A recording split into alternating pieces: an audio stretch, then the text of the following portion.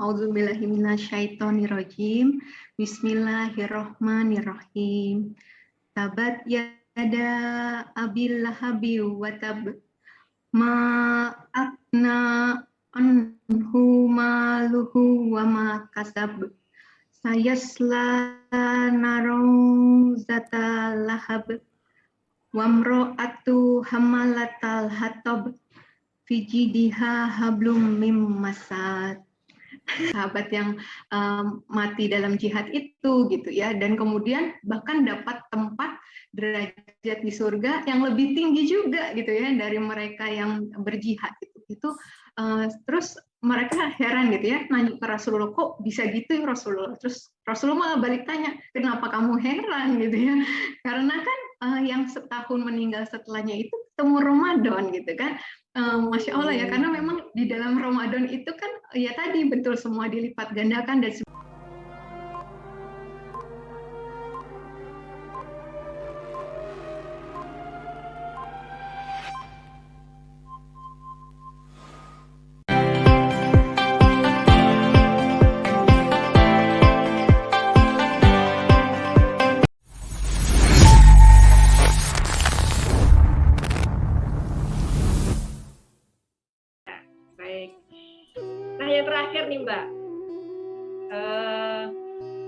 terkait dengan harapan Mbak Karisa.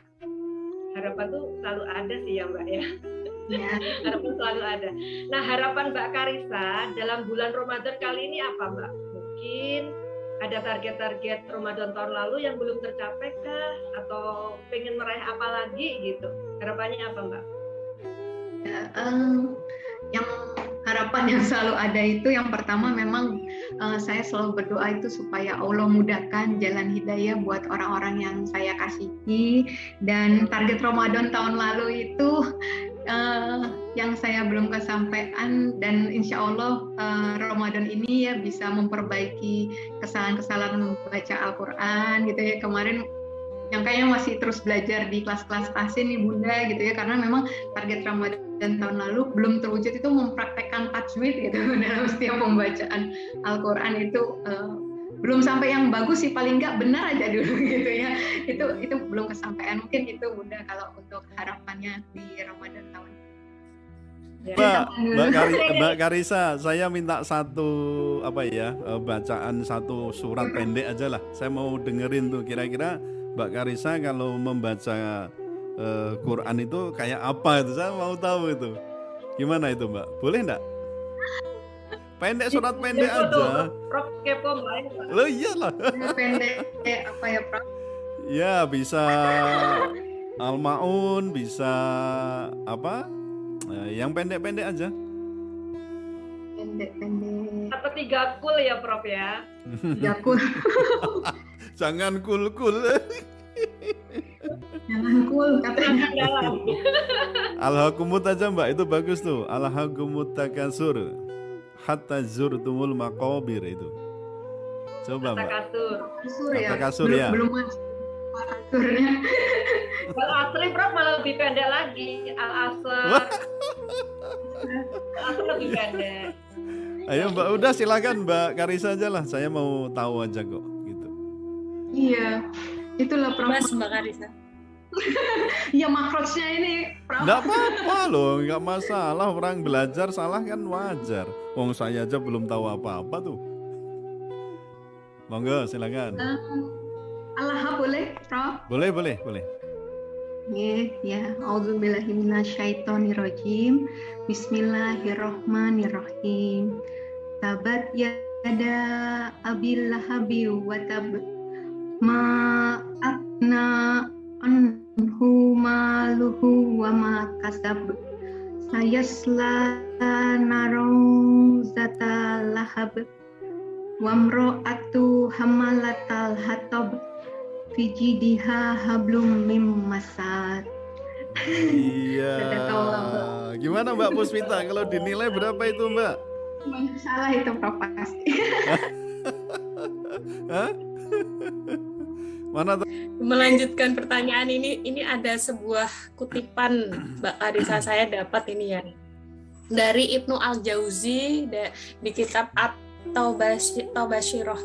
Demi Allah ya, Ibnu Al-Jauzi rahimahullah itu berkata, demi Allah, andai dikatakan kepada penghuni kubur, berangan-anganlah kalian gitu. Niscaya mereka akan berangan-angan dapat berjumpa dengan Ramadan meski hanya 1 hari saja. Nah, ini ternyata apa itu saking bermaknanya, bermakna dan begitu istimewanya bulan Ramadan ini sampai seperti itu. Orang yang sudah meninggal, penghuni kubur, kalau ditanya pengen bermimpi, berangan-angan tuh ingin apa? Saya ingin ketemu sama bulan Ramadan sekali aja, seperti itu. Nah, terkait itu ya Mbak Karissa, sebenarnya makna yang paling bermakna sendiri buat Mbak Karissa itu seperti apa ya di bulan Ramadan ini? Karena memang kalau kita ketahui di bulan Ramadan ini kita beda sama zaman dahulu. Kalau zaman dahulu kan orang yang berpuasa itu dihormati, dihargai, begitu ya, hormatilah orang yang berpuasa, begitu Mbak Karissa. Tapi ternyata ketika di bulan Ramadan ini seolah-olah itu narasi atau framing yang berkembang itu beda. Ternyata ada yang mengatakan hormatilah yang tidak berpuasa. Jadi saya sendiri nih ya, saya waktu di bulan Ramadan keluar itu ada banyak orang yang makan bakso di pinggir jalan, makan bubur di pinggir jalan, kemana-mana itu nenteng es teh. Jadi kan kemarin belanja gitu ya, itu di supermarket tuh orang-orang nenteng es teh itu kayak seolah-olah ini tuh nggak bulan Ramadan, padahal ini kan bulan Ramadan, kok maksudnya seperti itu. Nah, menurut Mbak Karissa itu bagaimana melihat fenomena seperti itu? Ya, berarti kayaknya ada 2 pertanyaan tuh ya. Iya. Pertama yang tadi arti Ramadan sama terkait Ramadan. Yang tadi ya. Jadi kalau ditanya makna Ramadan, ini yaitu tadi Masya Allah istimewanya Ramadan. Dulu makanya kenapa saya heran, kenapa orang Islam harus sebahagia itu ya menyambut Ramadan. Dan ternyata memang selain tadi hadis yang disampaikan oleh Mbak Ika juga, saya juga ketemu satu cerita itu ketika salah seorang ada 3 orang yang bersahabat itu, kalau nggak salah Mbak Ika, 2 orang yang meninggal jihad ya, mati saat jihad gitu ya. Kemudian 1 orang sahabatnya lagi tuh baru meninggal setahun kemudian gitu ya. Dan itu pun di atas kasur istilahnya, nggak di medan jihad gitu. Tapi salah seorang sahabat itu bermimpi gitu, bahwasanya yang masuk surga duluan itu justru yang meninggal setahun setelah 2 sahabat yang mati dalam jihad itu gitu ya. Dan kemudian bahkan dapat tempat derajat di surga yang lebih tinggi juga gitu ya dari mereka yang berjihad gitu. Itu terus mereka heran gitu ya, nanya ke Rasulullah, kok bisa gitu ya Rasulullah? Terus Rasulullah malah balik tanya, kenapa kamu heran gitu ya? Karena kan yang setahun meninggal setelahnya itu ketemu Ramadan gitu kan. Masya Allah ya, karena memang di dalam Ramadan itu kan ya tadi betul semua dilipat gandakan dan sebagainya. Dan disitulah momennya kita mungkin mengejar ketertinggalan gitu ya. Kalau kita sekarang sering membaca sirah, melihat cerita-cerita orang soleh gitu ya, saya pribadi itu sering seperti termotivasi gitu ya, aduh pengen kayak mereka gitu ya. Terus kapan ya aku bisa mengejar ketertinggalan ini ya, saya baru belajar di usia 36 tahun gitu, dibandingkan dengan yang sudah muslim dari lahir 36 tahun yang lalu, itu gimana ngejarnya nih ya gitu ya. Itu rasanya seperti itu. Dan Masya Allah ternyata terjawab gitu ya, Insya Allah gitu ya, dengan setiap orang yang alhamdulillah kita dipertemukan dengan Ramadan. Ya inilah saatnya kita mungkin bisa mengejar ketertinggalan kita dengan orang-orang soleh yang kita kagumi gitu ya, mengejar. Bahkan ya tadi alhamdulillah kalau akhirnya malah bisa jadi derajatnya malah justru lebih tinggi gitu ya dari mereka yang berjihad. Itu kalau makna Ramadan buat saya. Ini waktunya saya ngejar ketertinggalan saya selama inilah itu.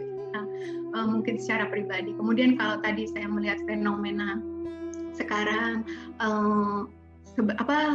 nggak ada ini ya, udah peraturannya itu lebih silakan gitu ya buka warung gitu ya. Cuman memang dibarengi dengan peraturan juga untuk tidak memperlihatkan makanan sebenarnya gitu kan. Kalau warung-warung itu kan kalau saya melihatnya memang kita harus, itu jalan tengahnya win-win solution, karena memang kita hidup itu memang berdampingan gitu ya. Dan jangankan itu, kita sendiri yang umat muslim, terutama yang perempuan aja kan kadang kita ada uzur juga gitu ya, dimana ada kalanya kita 1 minggu nggak bisa puasa juga gitu kan. Jadinya ya untuk menyikapi itu, jadi kalau tadi ada peraturan yang saya pikir mungkin tetap buka silakan, tapi memang ditutup itu lebih baik gitu ya, nggak mempertontonkan atau menunjukkan makanan gitu, karena memang ya untuk memfasilitasi tadi, menghormati yang berpuasa juga, tapi juga kita yang berpuasa juga tidak menyulikan ya teman-teman yang gitu sih. Kalau saya lihatnya gitu, dan ya apa ya, insya Allah sih ya, kita sebagai orang-orang beriman sebenarnya sepertinya ya, saya rasa nggak terganggu juga sih kalau ngelihat orang bawa es teh terus kita jadi buka aja lah, minum es teh juga gitu. Insya Allah sih enggak ya gitu Mbak Ika. Iya, luar biasa jawabannya, benar Mbak Karissa. Jadi memang ketika mau mungkin membuka warung ataupun mau makan di bulan Ramadan itu sambil lihat sikon dulu ya, jangan di publik seperti itu. Ataupun kalau mau beli makan di luar ya dibeli, habis itu dimakan di rumah. Jadi kan nggak andok. Maka kalau di Kediri namanya andok, kalau di Jakarta saya kurang tahu namanya apa, nggak dimakan di tempat jualannya itu seperti itu. Ya, gini Mbak Karissa, ini kan sebentar gitu loh Mbak Ika, maksudnya take away, bungkus bawa pulang gitu. Iya. Ya itu lebih baik. Iya. Ini lanjut lagi nih Mbak Karissa, kan 17 Ramadan. Nah, ini sudah 13 Ramadan. Nah, jadi insya Allah kurang lebih 4 hari lagi itu adalah nuzulul Quran. Kalau dari Mbak Karissa sendiri mempersiapkan nuzulul Quran itu dengan apa nih Mbak Karissa? Mungkin yang dipersiapkan Mbak Karissa dari sekarang menjelang 17 Ramadan.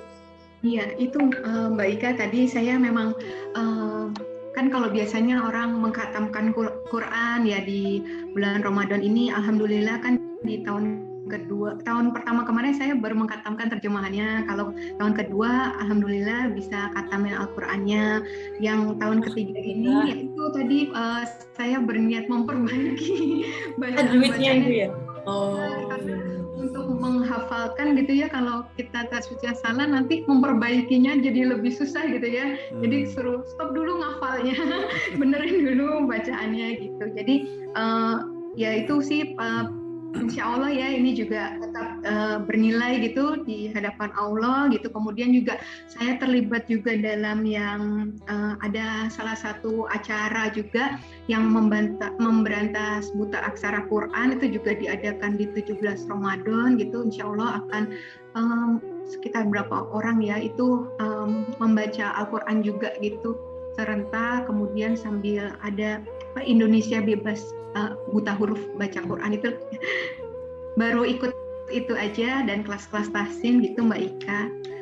Leres ya, benar-benar sekali Mbak Karissa. Karena kalau saya sendiri nih juga sebenarnya masih perlu belajar untuk tajwid juga Mbak Karissa. Mungkin nanti bisa diusulkan di YouTube Profesor Suteki ya, YouTube yang radikal ini, YouTube Profesor Suteki ngaji Al-Quran. Nanti jadi semuanya itu bisa belajar bersama kayak gitu ya.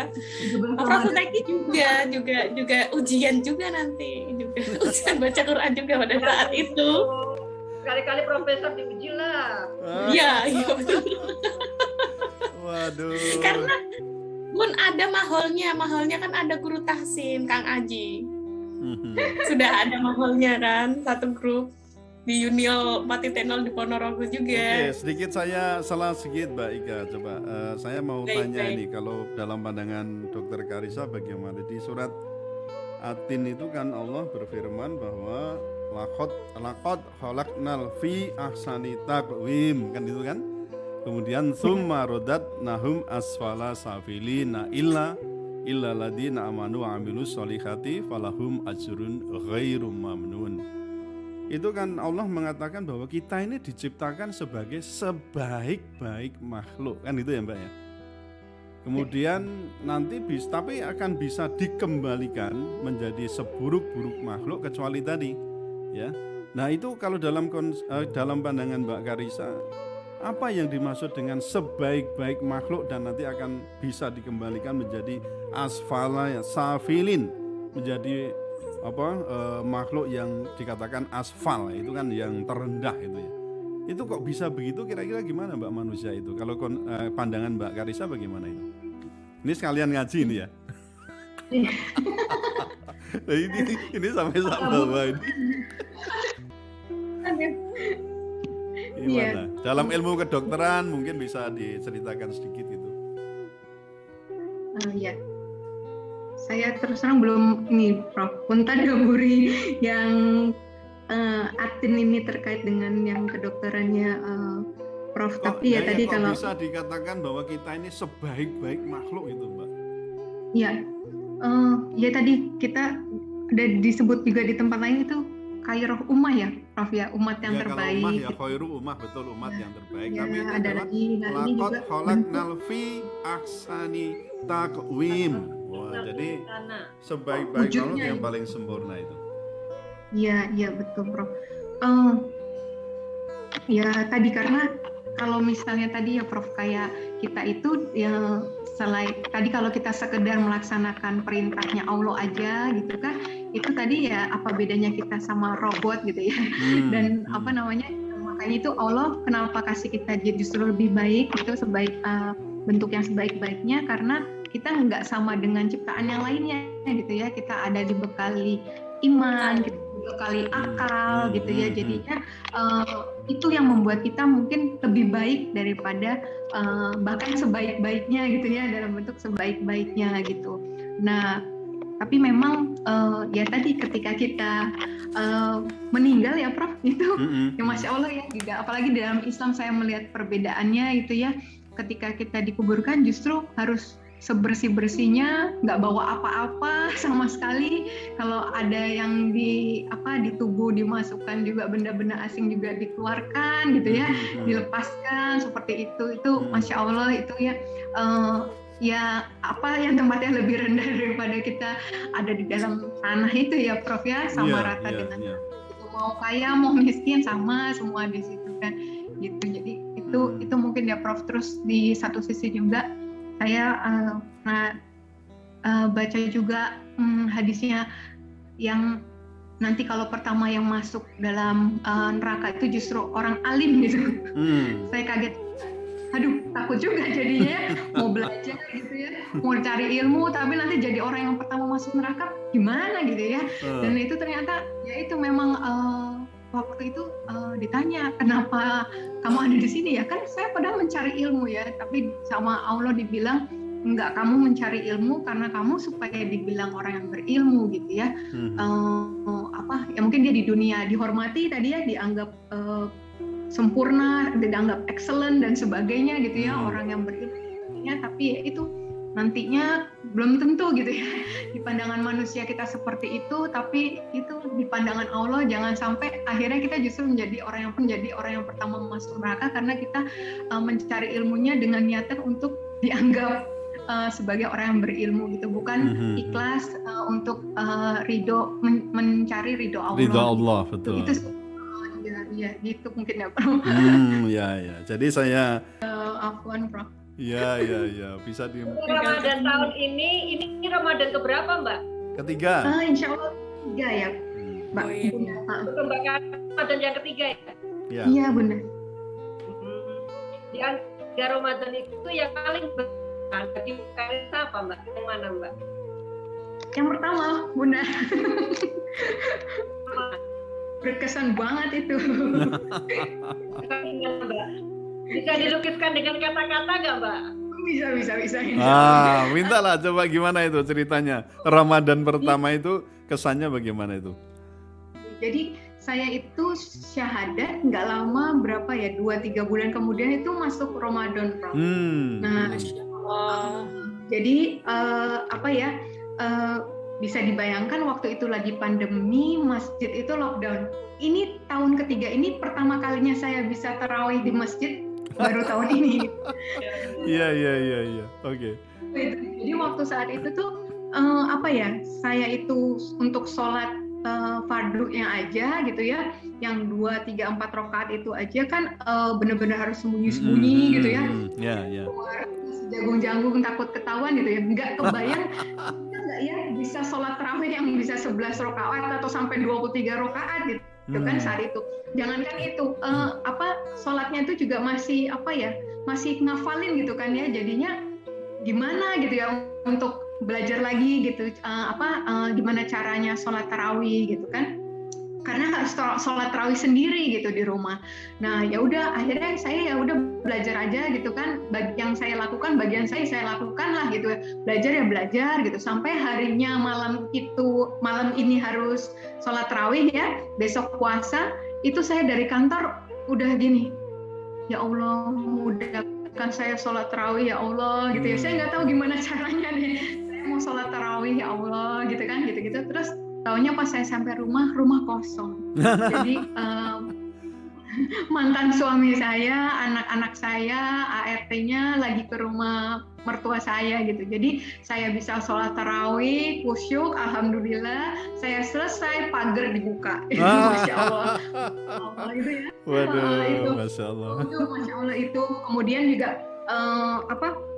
Kemudian juga saya kan waktu itu berdoa ya Allah, tolong tolong izinkan saya tuh nyelesain baca terjemahan Al-Quran dulu itu tadi ya, sebelum saya ketahuan gitu kan, sebelum suami orang tua tuh tahu gitu ya, bukan apa-apa tapi supaya saya nggak salah jawab gitu nanti kalau sampai di sidang atau apa gitu ya, takutnya nanti malah menjelekkan Islam gitu kan. Nah, alhamdulillah Allah juga kabulkan itu Prof. Jadi minggu Ramadan itu alhamdulillah saya selesai baca terjemah Al-Quran dan saya udah tahu bentar lagi ketahuan ini pasti, dan benar 2 hari kemudian saya lagi mau sholat tahajud itu ketahuan sama mantan suami saya gitu kan. Ya udah jadinya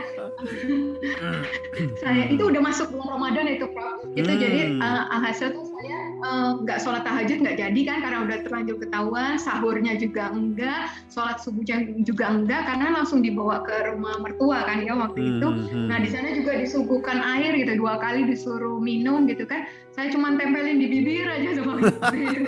Nah saya waktu itu ya saya pikirnya udah saya nggak tahu saya akan di mana. Saya pikir saya mau tetap berusaha bertahan puasa gitu ya, nggak batal ya walaupun nggak sahur ya, saya istighfar ya Allah maafin saya nggak subuh kan, sholat subuh juga enggak gitu kan.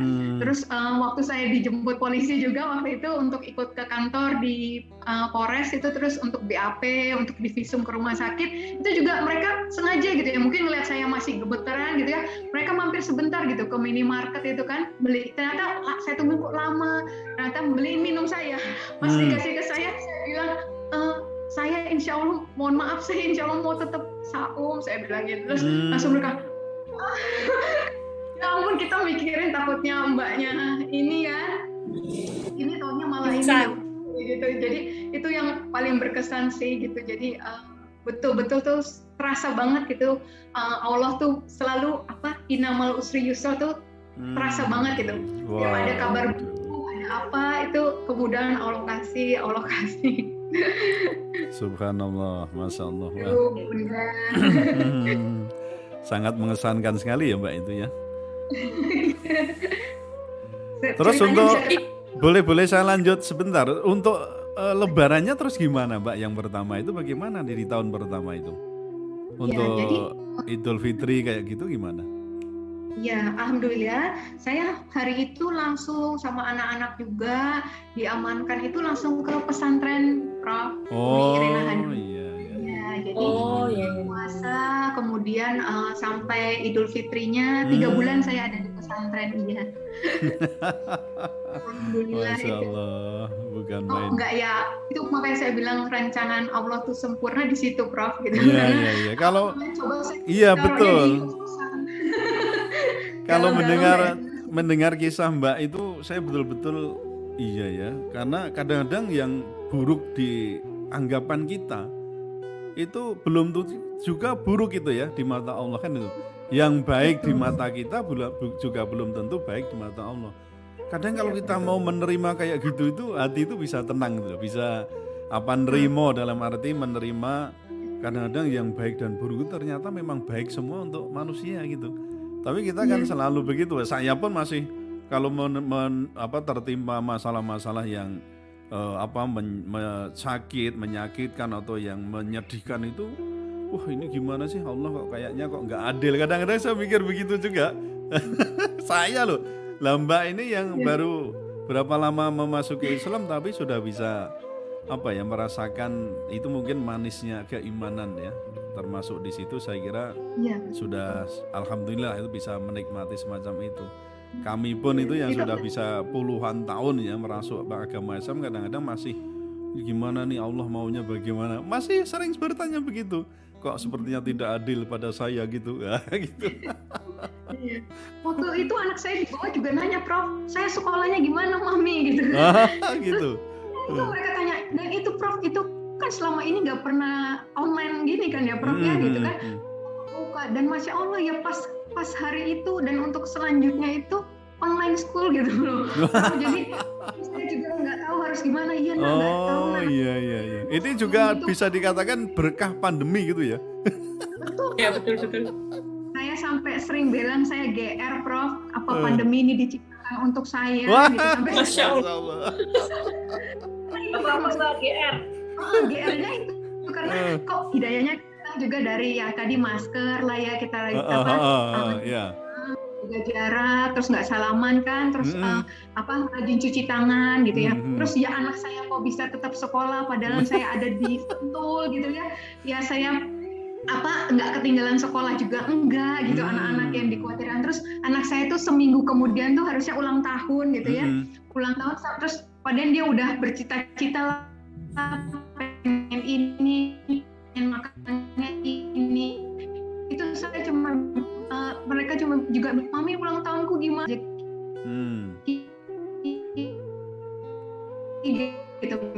Misalnya saya bilang gitu, terus saya bilang pun nggak ada, nanti Mami janji akan tetap beliin nanti ya pas ada. Allah tanggal 6 itu semua yang diminta anak saya, padahal mungkin orang nggak tahu gitu ya, itu yang dikasih kado buat anak saya gitu. Itu Masya Allah. Subhanallah, Masya Allah. Wah hebat. Nggak ada satupun anak saya dengan itu gitu, yang hal-hal kecil itu gitu ya. Iya. Kayaknya nggak berlebihan ya kalau Dokter Karissa kemudian mikir apa pandemi ini ciptakan untuk Mbak Karissa ya. Masya Allah, luar biasa.